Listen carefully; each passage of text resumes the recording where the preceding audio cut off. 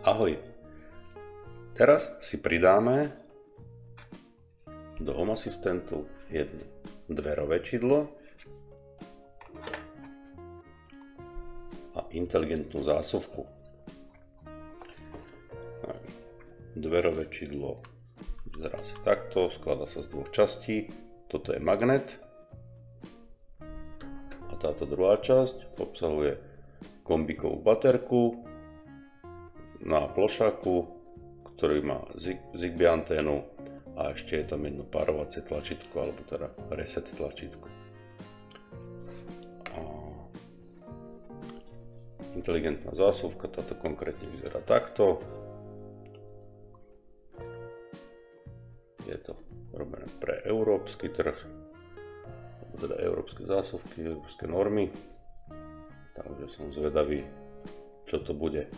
Takisto jedno aj druhé je to technológia Zigbee a je to bezdrôtová technológia podobná Bluetoothu, len oproti Bluetooth Zigbee zariadenia dokážu medzi sebou komunikovať a posielať svoje informácie až k serveru. To znamená, že čidlo, ktoré mi má ukazovať a posielať informácie o teplote a vlhkosti, prípadne tlaku, môže byť aj 30 metrov vzdialené, čo Bluetooth dokáže len 10, a medzi sebou si tieto zariadenia dokážu preposlať informáciu až k tomu môjmu zdroju. Takže momentálne mám 36 zariadení a všetky fungujú spoľahlivo. Takže ideme na to.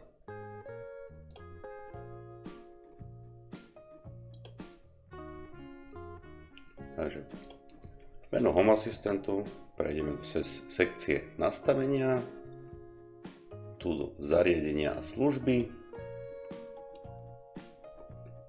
Zigbee, vôjdeme donútra, zariadenia, pridať zariadenie. To môžeme aj, im to ukazuje svoje výsledky. Takže skúsime tú inteligentnú zásuvku. Takže mám ju v elektrine.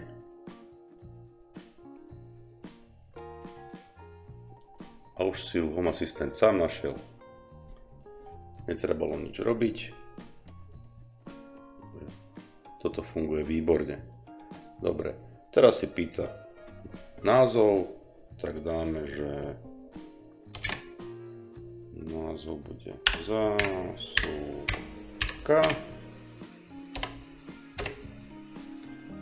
1. Môžeme prípadne pridať aj oblasť.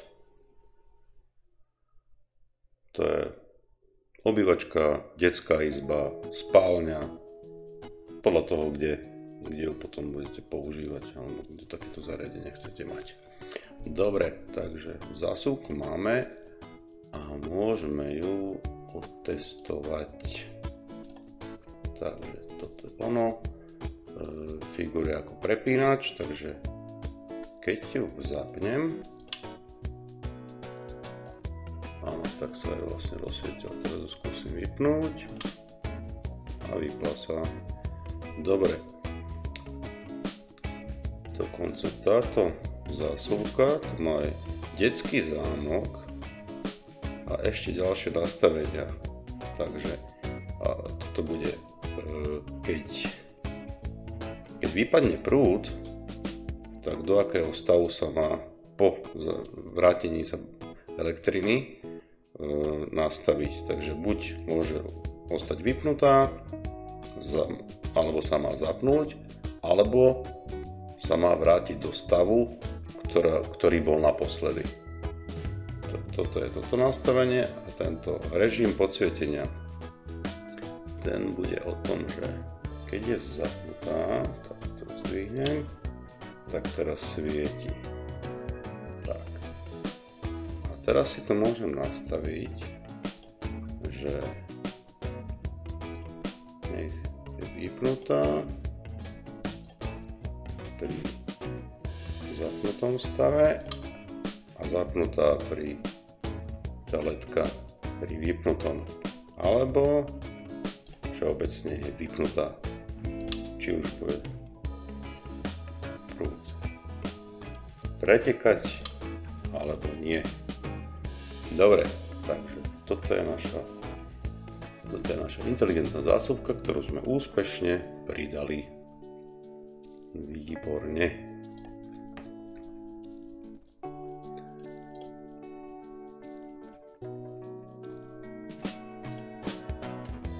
Tak, teraz sa pokúsime pridať toto dverové čidlo. Takže stlačím párovacie tlačítko na 5 sekúnd a malo by sa nám rozblíkať. Takže stlačím v asistente pridať zariadenie. 1, 2, 3, 4, 5. Dobre, už nám sa malo párovať. Stále bliká. Neviem, či stojí za to pripojiť ten magnet, privodiť. Nie. Dobre, píše zariadenie pripravené na použitie. Sice mi tam nehodilo žiadne ikonky, ale nevadí. Takže dáme si názov dvere. Jedna oblasť nebudeme riešiť. Tak, toto je ono. Dobre, tak toto zrovna dobre nebolo pridané, lebo neobsahuje žiadne entity. Toto nie je v poriadku, vymažeme ho, skúsime na novo. Pridať zariadenie a ideme na to. Takže skúsime teraz bez toho resetu. Dobre, sám začal blikať.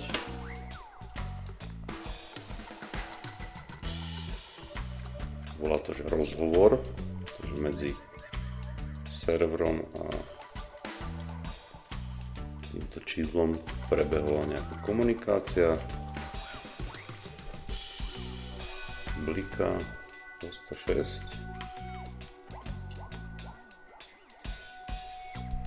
To nechce dokončiť.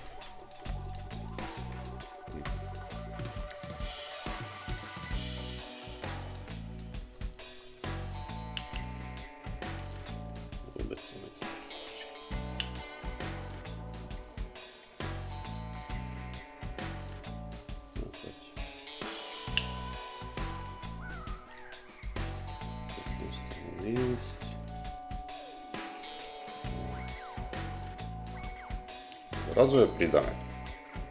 No dobre, tak to som zvedavý teraz, či to funguje. Teraz svieti v kuse, teraz prestalo.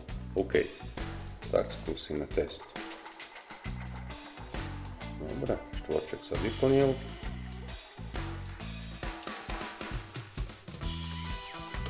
Dobre, vyzerá, že funguje, takže nazveme ho dvere 1 a ešte ho skontrolujeme. To je naša zásuvka. Vyskúšať. Kliká, jak má. A tu sú naše dvere.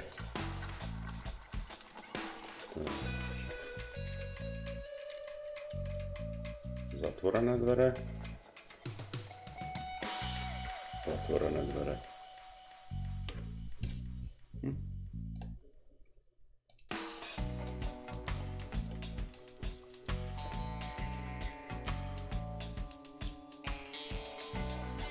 Zatvorené. Otvorené. Výborne. Dobre. Takto sme úspešne pridali dve Zigbee zariadenia, konkrétne dverové čidlo, inteligentnú zásuvku. V ďalšom videu si tieto dve zariadenia spolu vyskúšame a spojíme ich do jednej automatizácie. Bude to konkrétne o tom, že keď sa dvere otvoria, tak zásuvka, kde bude pripojené nejaké svetlo, kde bude svetlo pripojené, sa rozsvietí. A jakmile sa dvere zatvoria, tak hasne. To všetko si ukážeme. No. Ďakujem pekne za pozornosť.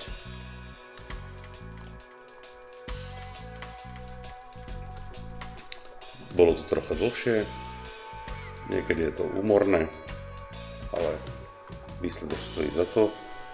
Komu sa to páčilo, nech dá like, môže môj video aj odoberať a vidíme sa na budúce. Ahoj!